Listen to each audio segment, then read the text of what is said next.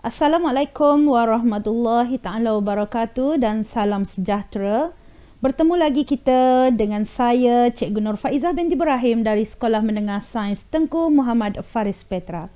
Pada hari ini cikgu akan menyambung lagi topik perbincangan kita berkenaan dengan Kerajaan Alam Melayu di dalam program Kelantan Ikhlas. Tapi pada hari ini cikgu akan membincangkan subtopik yang terakhir di dalam bab 1 iaitu Kerajaan Alam Melayu dan juga Kerajaan Luar yang sezaman. Setelah sesi pembelajaran ini tamat, cikgu mengharapkan kamu dapat menghubung kaitkan Kerajaan Alam Melayu dengan kerajaan di luar Alam Melayu yang sezaman. Dan cikgu juga mengharapkan kamu dapat merumuskan kebanggaan terhadap kelangsungan warisan Kerajaan Alam Melayu. Okey, kita teruskan. Okey, sebelum cikgu meneruskan berkenaan dengan subtopik ini, cikgu ingin menjelaskan kepada kamu bahawa Kerajaan Alam Melayu juga mencapai satu tahap ketamadunan yang tinggi seiring dengan kerajaan-kerajaan luar yang sezaman dengannya. Okey, apabila kamu melihat gambar rajah yang cikgu tunjukkan di depan, kita mendapati bahawa di Alam Melayu terdapat Kerajaan Funan, yang mana Kerajaan Funan ini telah mencapai ketamadunannya seawal abad pertama Masihi lagi. Dan pada masa itu, kita dapati di luar sana, jauh di Eropah, kita telah mendapati adanya Empayar Rom yang juga berkembang dengan pesat dari segi ketamadunannya pada masa tersebut. Dan kita dapati ada juga Empayar Kushan dan juga Empayar Parsi yang berkembang sezaman dengan Kerajaan Funan. Begitu juga di China, yang mana kita dapat melihat wujudnya dinasti Han yang sangat terkenal dalam ketamadunan China. Okey, seterusnya kita tengok pula pada abad ke-9. Di Alam Melayu terdapat kerajaan-kerajaan yang hebat seperti Kerajaan Angkor, Kerajaan Champa dan juga Kerajaan Sriwijaya. Dan pada masa yang sama kita dapati di luar daripada Alam Melayu wujudnya kerajaan-kerajaan yang hebat di dunia. Antaranya ialah kewujudan Empayar Byzantine. Selain itu, kewujudan Kerajaan Abbasiyah, ataupun kita panggil Kerajaan Cina pada masa itu di bawah pemerintahan dinasti Tang. Jadi kerajaan-kerajaan ini semuanya kerajaan-kerajaan yang hebat. Tetapi di Alam Melayu juga terdapat kerajaan-kerajaan yang hebat dengan binaan yang hebat yang menunjukkan bahawa kerajaan kita adalah sama hebatnya dengan kerajaan-kerajaan yang terdapat di dunia luar yang sezaman dengannya. Okey, seterusnya kita lihat pula pada abad keberapa? Pada abad ke-14. Yang mana pada abad ke-14 di Alam Melayu kita dapati masih lagi wujud Kerajaan Angkor. Ini menunjukkan Kerajaan Angkor berdiri teguh di Alam Melayu sehingga berbelas-belas abad, dan diikuti juga dengan Kerajaan Champa, Kerajaan Majapahit yang sezaman dengan kerajaan-kerajaan luar yang hebat seperti Empayar Mongol, Kerajaan Turki Utsmaniyah dan juga kerajaan-kerajaan yang lain seperti Kesultanan Delhi. Okey, jadi ini menunjukkan bahawa kerajaan kita juga hebat. Hal ini kerana kita kadang-kadang terlupa akan kehebatan kerajaan yang terdapat di Alam Melayu kerana terlalu melihat kepada kehebatan kerajaan-kerajaan yang terdapat di luar daripada Alam Melayu. Okey, seterusnya kita melihat pula kenapa kerajaan Alam Melayu ini mencapai ketamadunan yang hebat. Okey, apabila kita menceritakan tentang kewujudan kerajaan Alam Melayu yang hebat dan juga kerajaan-kerajaan luar yang sezaman, kita dapat tahu bahawa antara kerajaan Alam Melayu dengan kerajaan luar yang sezaman sememangnya mempunyai hubungan. Bukan kita tidak berhubung, kita ada hubungan dengan kerajaan-kerajaan luar yang hebat pada zaman yang sama. Hal ini berlaku kerana apa? Kerana kedudukan strategik negara kita khususnya, kerana ia terletak di laluan perdagangan di antara timur dan juga barat. Okey, kalau suatu masa dahulu, kalau kita kata timur ni, kerajaan apakah yang terletak di sebelah timur yang terkenal? Sudah tentulah kerajaan China. Manakala di sebelah barat, terdapat banyak kerajaan yang terdapat di sebelah barat negara kita, antaranya ialah India. Kenapa hubungan perdagangan ini berlaku? Kerana kita sendiri, terutamanya kita sebagai orang Malaysia, kita tahu negara kita ini, alam Melayu ini adalah sebuah kawasan yang sangat kaya dengan hasil bumi. Apakah contoh kekayaan hasil bumi yang terdapat di negara kita? Contohnya, tidak lain dan tidak bukan ialah biji timah.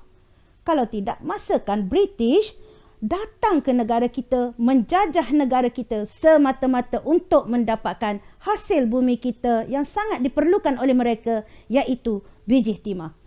Dan selain itu, apakah yang menyebabkan hubungan berlaku antara kerajaan alam Melayu pada ketika dahulu dengan kerajaan luar yang sezaman?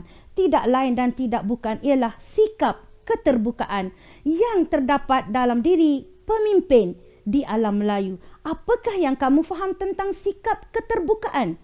Sikap keterbukaan ini adalah sikap ingin mengadakan hubungan, menerima hubungan, menerima apa yang dibawa oleh tamadun-tamadun lain. Kita tidak mengamalkan seperti mana Jepun suatu ketika dahulu, dasar tutup pintu, tapi kita lebih terbuka. Dengan sifat terbuka inilah kita dapat mengenali, kita dapat bertukar-tukar teknologi, kita dapat bertukar-tukar barangan dan sebagainya. Dan hubungan inilah yang menyebabkan negara kita mempunyai hubungan yang baik dengan kerajaan-kerajaan luar, dan seterusnya kita dapat memanfaatkan kelebihan yang terdapat pada kerajaan luar dan kita bawa balik dan asimilasikan dalam kerajaan kita di alam Melayu. Okey, dekat peta tu awak boleh tengok.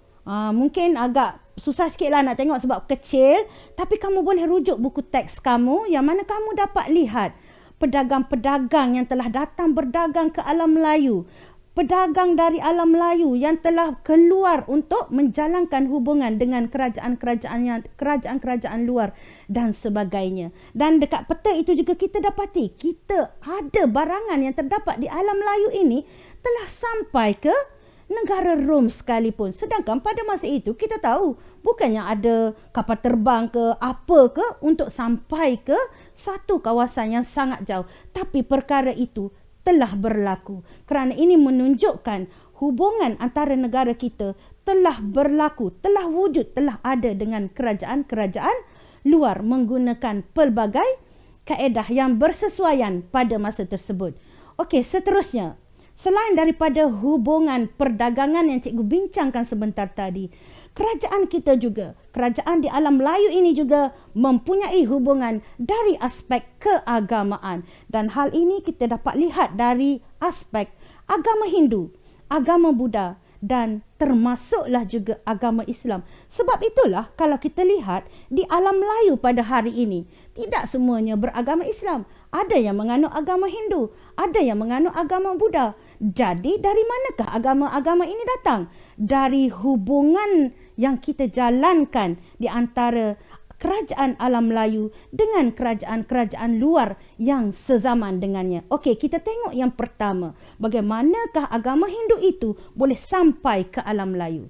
Okey, mengikut sejarah, agama Hindu ini sampai ke alam Melayu adalah melalui aktiviti perdagangan, ketenteraan dan juga disebabkan oleh golongan Brahmin, yang mana ini dibuktikan dengan penemuan artifak yang menunjukkan pengaruh Hindu terutamanya di lembah Bujang Kedah. Okey, kalau kamu pernah pergi ke Kedah, kamu jangan lupa untuk pergi ke Muzium Arkeologi Lembah Bujang. Dekat muzium tersebut, kamu dapat melihat pelbagai patung yang ada hubung kait dengan kedatangan agama Hindu dan juga Buddha ke negara kita. Dan yang keduanya, kita tengok pula berkenaan dengan kedatangan agama Buddha. Sebenarnya agama Buddha ini adalah diasaskan oleh Asoka pada zaman dinasti Maurya, yang mana pemimpin yang bernama Asoka inilah yang telah menghantar sami-sami Buddha mereka ke alam Melayu, dan ia dibuktikan dengan penemuan artifak yang mempunyai pengaruh Buddha juga ditemui di Lembah Bujang, Kedah. Seperti mana yang cikgu katakan sebelum ini, kamu boleh pergi melawat muzium tersebut dan kamu boleh melihat dengan mata kepala sendiri bahawa kedatangan agama Buddha dan Hindu ini telah ada di negara kita. Dan seterusnya, kita tengok pula dari segi kedatangan agama Islam. Ya, akhirnya agama Islam juga datang dan sampai, dan akhirnya kita dianuti oleh sebahagian besar penduduk di alam Melayu khususnya. Agama Islam ini telah datang ke alam Melayu melalui siapa? Sudah tentulah melalui para pedagang. Bukan sahaja para pedagang. Ia datang ke alam Melayu ini melalui pemerintah dan juga melalui pendakwah. Kita dapati suatu ketika dahulu, apabila pedagang-pedagang dari Arab khususnya, mereka datang dan mereka mendakwah. Dia bukan datang semata-mata untuk berdagang, tapi pada masa yang sama, mereka turut menjalankan dakwah terhadap penduduk di kawasan yang telah mereka datang tersebut. Jadi, pada peringkat awal mereka telah menjadikan pemimpin kita sebagai orang Islam, dan kita sebagai orang Islam, kita sebagai penduduk di tanah Melayu ini, kita sangat menghormati pemimpin. Bila pemimpin kita memeluk agama Islam, kita juga turut memeluk agama Islam, dan akhirnya ramailah penduduk di alam Melayu ini telah memeluk agama Islam, walaupun ada sebahagiannya menganut agama Hindu dan juga menganut agama Buddha. Dan ini telah dibuktikan dengan terdapatnya ukiran yang mempunyai pengaruh Islam yang telah ditemui terutamanya di Beruas, Perak. Dan penyebaran agama ini telah mempengaruhi pelbagai aspek kehidupan, termasuklah dari aspek pentadbiran sendiri, dari aspek perundangan, dari aspek ekonomi dan juga dari aspek sosio budaya. Okey, seterusnya, selain daripada hubungan keagamaan, kita dapati ada lagi satu hubungan yang sangat penting, iaitu hubungan diplomatik. Bila kita mengatakan tentang hubungan diplomatik, kita akan terbayangkan semua negara, semua kerajaan yang wujud pada masa dulu ataupun pada hari ini menginginkan satu hubungan diplomatik yang baik dengan negara-negara luar, terutamanya negara-negara yang berjiran dengan kita. Kenapa? Kerana hubungan diplomatik inilah yang akan menentukan keadaan negara kita ini berada di dalam keadaan aman, damai ataupun sebaliknya. Dan pada ketika dahulu, kerajaan alam Melayu mempunyai hubungan diplomatik dengan dua kerajaan utama di dunia, iaitu kerajaan China dan juga kerajaan India. Jadi, cikgu akan ulas terlebih dahulu berkenaan dengan hubungan diplomatik antara kerajaan China dengan hubungan diplomatik antara kerajaan alam Melayu dengan kerajaan China. Kita dapati pada abad ketiga lagi, kerajaan Funan dan Champa telah memohon bantuan ketenteraan bagi melawan Dai Viet. Kerana dalam sesi pembelajaran yang sebelum ini, kita mendapati kerajaan Dai Viet ni begitu rakus sekali menyerang kerajaan-kerajaan yang terdapat di alam Melayu. Dan kerajaan alam Melayu ada yang telah tewas di tangan Dai Viet. Dan kita harus tahu bahawa kerajaan Dai Viet ini sebenarnya mereka ini ialah sekutu dengan China. Jadi adakah kamu nampak kenapa kerajaan Funan dan kerajaan Champa mengadakan hubungan dengan kerajaan China? Cikgu harap kamu dapat bayangkan, apabila kita mempunyai hubungan yang baik dengan kerajaan China, pada masa yang sama kita dapat mengelakkan serangan daripada Dai Viet. Kerana China merupakan sebuah kuasa yang besar. Bila kita mempunyai kuasa yang hebat, semua negara ingin mengadakan hubungan diplomatik dengan negara tersebut. Kerana dengan adanya hubungan diplomatik dengan negara yang kuat seperti China, keamanan negara kita akan terjamin. Okey, seterusnya kita lihat pada abad ke-7, Kerajaan Sriwijaya dan juga Kerajaan Kedah Tua juga turut memohon untuk mendapatkan pengiktirafan dan mengukuhkan lagi hubungan persahabatan dan juga hubungan perdagangan dengan Kerajaan China. Dan seterusnya pada abad ke-12, Kerajaan Angkor juga turut mengukuhkan persahabatan dan perdagangannya dengan Kerajaan China. Manakala pada abad ke-14, Kerajaan Majapahit juga turut menjalankan hubungan persahabatan dengan Kerajaan China. Apakah erti semuanya ini? Matlamatnya cuma satu. Apabila kita berkawan dengan kuasa yang hebat, kita juga akan dapat mengelakkan daripada diserang oleh kuasa-kuasa lain yang ingin menjatuhkan negara kita. Dengan adanya hubungan persahabatan dengan China, sekurang-kurangnya ia akan menunjukkan kuasa-kuasa lain berasa agak gerun untuk melawan ataupun untuk menyerang negara kita. Okey, seterusnya kita tengok pula hubungan diplomatik yang dijalankan di antara Kerajaan Alam Melayu dengan Kerajaan India. Okey, apabila kita menceritakan tentang hubungan diplomatik antara Kerajaan Alam Melayu dengan Kerajaan India. Kalau China sebentar tadi, kita dapat lihat hubungan baik antara Kerajaan Alam Melayu dengan Kerajaan China itu adalah untuk memastikan negara kita berada dalam keadaan aman. Tetapi hubungan diplomatik dengan India ini adalah lebih kepada hubungan perdagangan dan juga hubungan keagamaan. Kerana pada abad ke-8, Kerajaan Funan telah mengukuhkan hubungan perdagangan dan juga hubungan keagamaan dengan India. Dan kerajaan India ini pada masa itu adalah salah sebuah kerajaan yang terkenal dengan lahirnya agama Hindu dan juga agama Buddha. Kerana Asoka itu sendiri adalah berasal dari negara India walaupun dia akhirnya menganut agama Buddha. Dan pada abad ke-8, pada abad ke-9, Kerajaan Sriwijaya juga telah mengeratkan hubungan persahabatan dan juga hubungan keagamaan dengan Kerajaan India.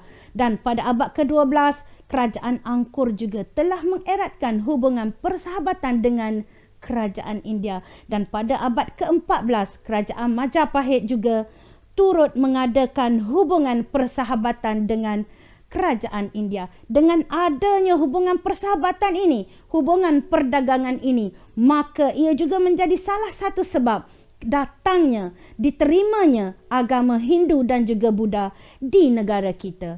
Jadi, hasil daripada apa yang cikgu bincangkan sebentar tadi, kita dapati kerajaan yang terdapat di negara kita juga adalah sangat hebat dan setanding dengan kerajaan-kerajaan yang lain di luar daripada alam Melayu. Dan kita sebagai orang Melayu yang tinggal di tanah Melayu, tinggal di alam Melayu, seharusnya berasa bangga dengan pencapaian yang dapat diperoleh daripada kehebatan kerajaan yang terdapat di alam Melayu.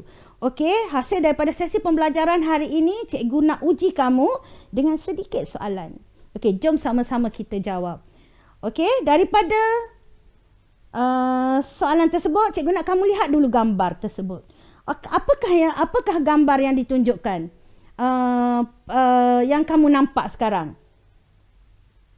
Kamu jangan kata tak tahu. Gambar ini adalah menunjukkan salah satu candi yang terkenal di dunia, iaitu Candi Angkor Wat. Jadi berdasarkan pengetahuan sejarah anda, apakah keistimewaan candi tersebut? Kalau awak tengok gambar candi itu pun, apa yang awak terlintas dalam hati? Kalau cikgu akan rasa sungguh hebat candi ini. Siapalah yang membuatnya? Bagaimanalah suatu ketika dahulu dengan tiadanya teknologi, tapi boleh membina candi yang begitu indah, yang begitu hebat, yang begitu kreatif. Okey. Jadi soalan ini menghendakkan kamu memberikan 3 isi dan memberi markah sebanyak 3. Okey, kita tengok contoh jawapan. Okey, yang pertama, keistimewaan candi ini ialah ia melambangkan order kosmos. Cikgu rasa kamu tak tahu ni, apakah yang dimaksudkan dengan order kosmos? Tapi pada hari ini cikgu tak nak membincangkan tentang orde kosmos. Mungkin kamu boleh tanya dengan cikgu di dalam kelas kamu selepas ini. Dan yang keduanya, keistimewaan candi tersebut juga ialah mempunyai tempat pemujaan di tengah-tengahnya. Kalau kita sebut perkataan candi, sudah tentulah ada berkenaan dengan tempat pemujaan, kerana candi ini adalah monumen yang berkaitan dengan keagamaan, agama Hindu. Okey, dan yang ketiganya ialah mempunyai menara di setiap sudut. Kalau awak tengok gambar yang ditunjukkan itu pun, kamu boleh nampak menara-menara yang terdapat di 4 penjuru candi tersebut. Okey, kita tengok soalan yang kedua, iaitu nyatakan sebab binaan tersebut boleh mewujudkan rasa bangga dalam diri kita sebagai penduduk yang terletak di alam Melayu. Okey, markahnya ialah 3. Kita tengok contoh jawapan. Okey, jawapan yang pertama, ia menggambarkan kegemilangan tamadun bangsa. Dan yang keduanya, ia menjadi lambang identiti bangsa dan negara kita. Sekiranya kita dapat membina, bangsa kita dapat membina bangunan seindah ini, maka ia menunjukkan bahawa negara kita, penduduk negara kita adalah penduduk yang mempunyai daya kreativiti yang sangat tinggi. Dan kreativiti ini, aspek kesenian yang tinggi ini dalam kalangan penduduk di kawasan ini telah menunjukkan kepada dunia bahawa kita mempunyai identiti bangsa dan negara yang sangat hebat. Jadi sekiranya kamu dapat menjawab jawapan seperti yang cikgu tunjukkan, sudah mestilah kamu akan mendapat 3 markah yang sangat penting sekiranya ia keluar di dalam peperiksaan. Okey, untuk itu cikgu mengucapkan ribuan terima kasih. Sehingga berjumpa lagi, cikgu mengucapkan selamat belajar dan sekian, terima kasih. Assalamualaikum warahmatullahi wabarakatuh.